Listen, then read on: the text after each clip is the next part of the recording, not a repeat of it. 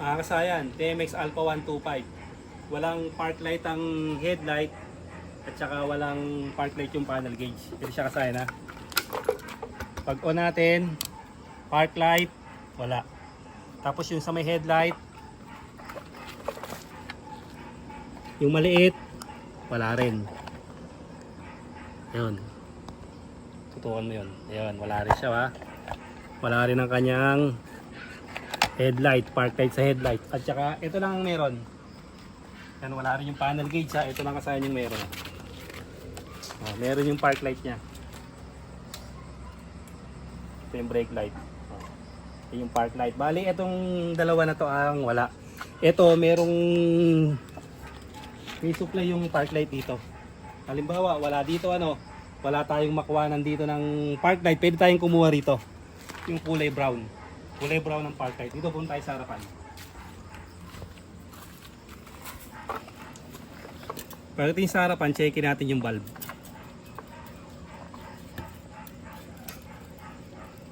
Kung hindi pundi yung mga bulb, ibig sabihin may putol yung kulay brown.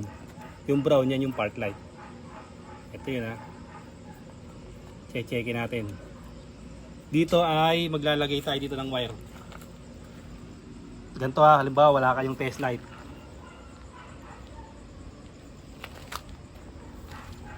Pwede kayong gumamit ng wire na mahaba.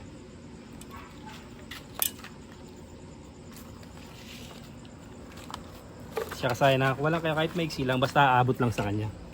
Ito kulay red, ito yung live wire o positive ng battery.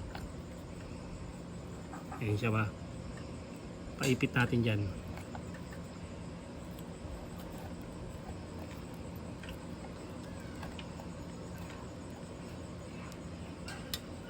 Tapos tusukin natin yung kulay brown. Ito.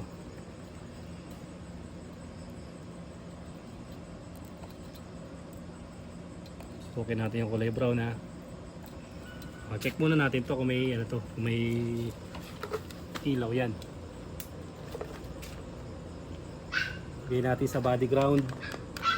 Ito, body ground. Tapos check natin tong live wire. Okay, meron. Tapos etong live wire ilalagay natin dito sa brown. Itong brown ha.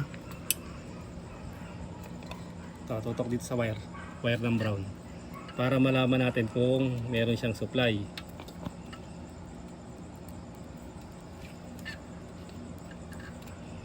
Kasi pag di siya umilaw, maaaring wala rin siyang ground. Ito yung ground na yung green. O maaari siyang pundi. Maaaring pundi yung ating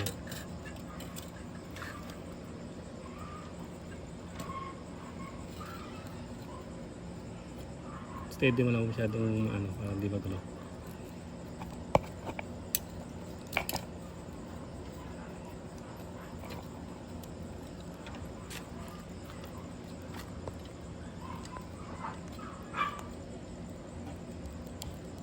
Okay, siya na nakakabit na siya pero hindi pa rin siya umilaw. Wala pa rin siyang ilaw. Che-checkin natin ngayon yung kanyang ground. Dapat iilaw yan eh.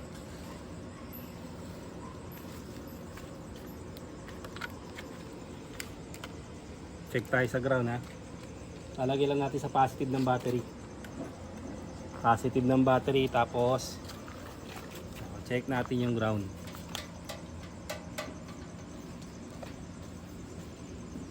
Meron, ayan o. Meron siyang ground. Yung park light naman pag chine-check, ilalagay natin sa negative. Kung may test light naman kayo, ilalagay nyo sa negative. Tapos buksan nyo yung park light nyo. Pag bukas nyo ng park light, tusukin nyo yung brown. Yan siya kasaya. Meron siyang supply. May supply yung Kung may supply yan, ang ibig sabihin yung ating park light pundi. Pundi yung ating park light. Ito kami kukuha tayo ng ilaw.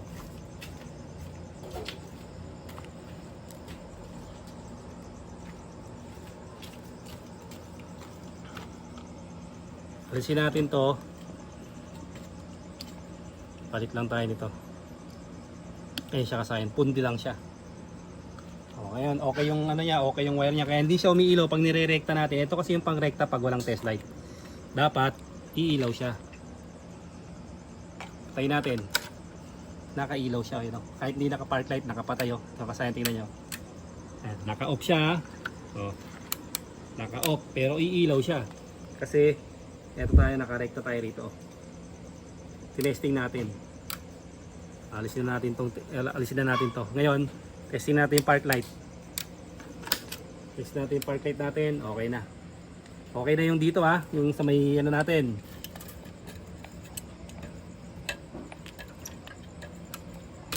Pwede rin kasayan LED yung lagay nyo rito ha. Pwede rin LED yung ilalagay natin na, ano, na park light. Ito para ma-testing lang kagad natin.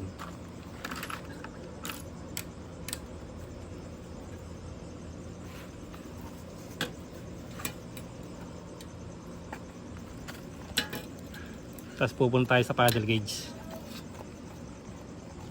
Siya ba? Okay, wala. Nangyari.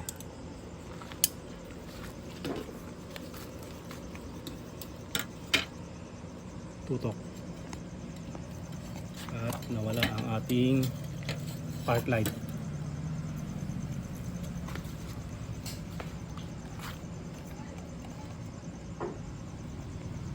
Check natin.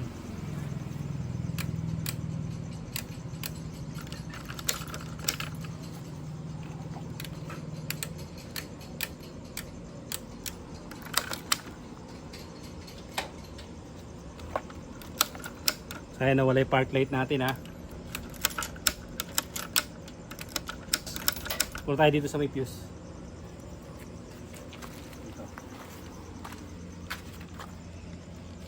Bali ito, putok ang fuse nito pag ganyang hindi siya gumana. Ibig sabihin may grounded yun.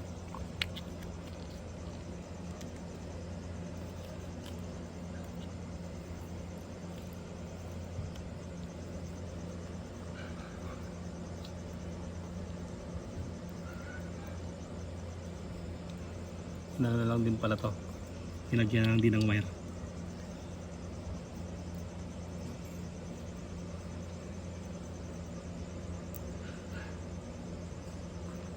Okay, buksan natin ano, ilaw. Sa may ilaw.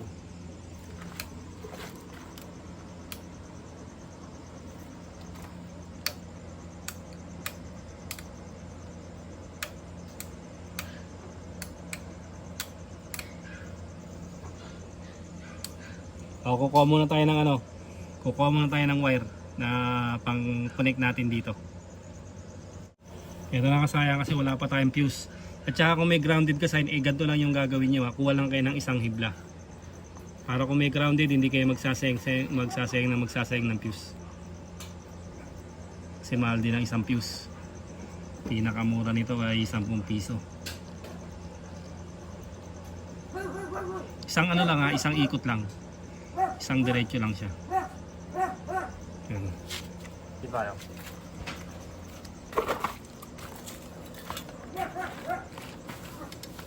Kasaya na yung park light natin ha.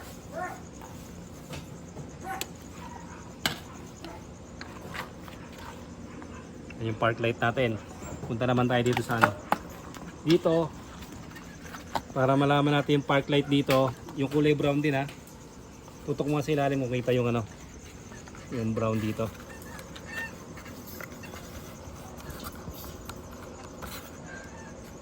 Bali dito ay kailangan pang ano dito. Yan, mawawala.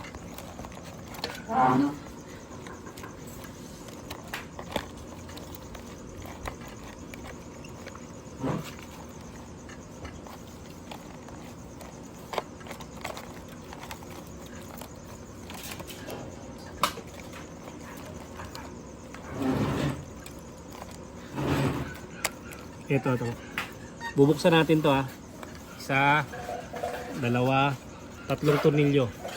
Tatlong tornilyo para makita natin yung park light dito sa ano. Tatanggalin muna natin to. Nakatulad nito. Ito na kasi nabuksan na natin. Ayan, wala pa namang ka-dumi-dumi. Mga agyo lang. Hanapin natin dito yung park light, yung may kulay brown. Ito ito. Green brown. Tapos sa kabila, green brown din. Ito Kadalasan basic na ginagawa natin. Kalot, baguhan magdi-DIY, pinapalitan lang natin ng bulb. Ng peanut bulb.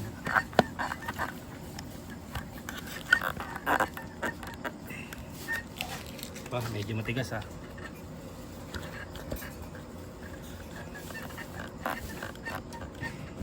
pag gaganto, sukin natin ang distillador para hindi siya para hindi mahugot yung wire. Pag pinilit natin baka mahugot yung wire kasi matigas dito Cut screw.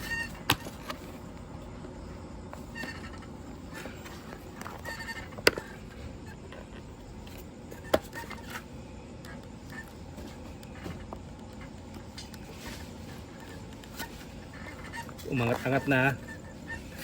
Saan natin hihilahin.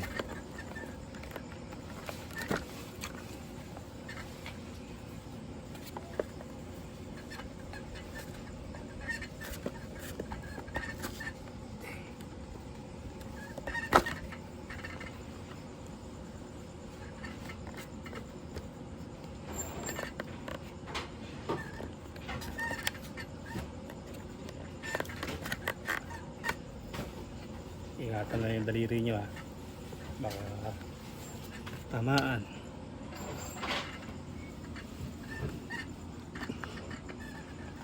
Yan.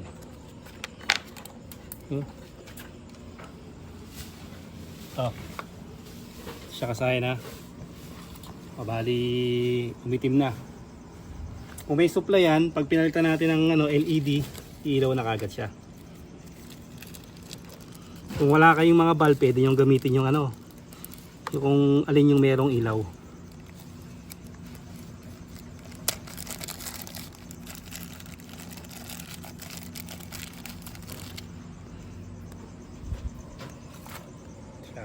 Kabit lang natin.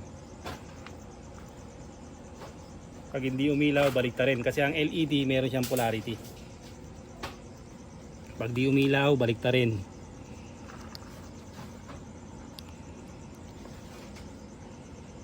Hindi pala dapat naka-on Yan.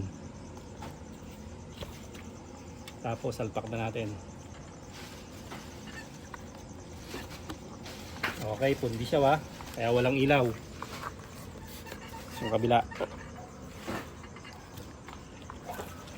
Yung kabila ganun din. So hindi natin kasi matigas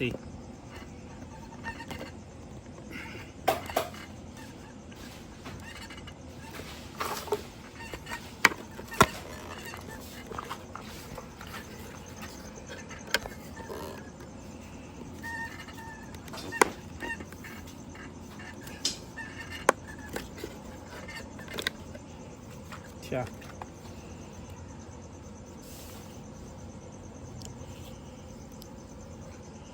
Nangyayari yung ganito sa motor pag halimbawa madalas siyang mag-overcharge, nasisira yung maliliit na valve pag nag-overcharge ang ating motor.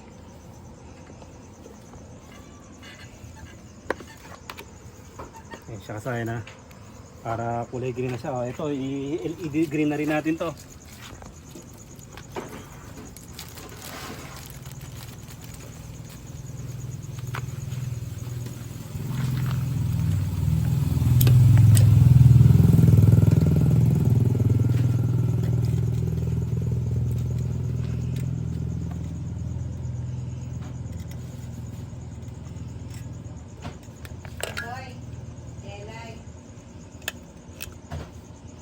Yan. Balik sa kung halimbawa walang checkin nyo lang tong kulay brown na to Itong kulay brown kasi ito yung park light. Ito. Dahil may supply to, tapos ito halimbawa walang supply, magtatap tayo ng wire dito. Pag tap nyo ng wire dito, ilalagay nyo dito sa kulay brown. Kung alin man sa dalawa na to ang may ilaw, dun kayo kukuha ng supply. Kung parehas wala, dito tayo kukuha ng ano. Ito, kulay brown din to. Yung wire niya nandito. Sa ilalim makakakita ka dyan ng ano, ng kulay brown. Ide-diretso yun lang sa harapan para magkaroon na rin ng panel gauge, yung park lights na may panel gauge at saka itong ano natin. Ganun lang kasi na yung pag nawala ng park light ang inyong headlight, TMX125 at saka yung ano natin, yung panel gauge. Hanggang dito lang mga kasayan. Salamat sa panonood.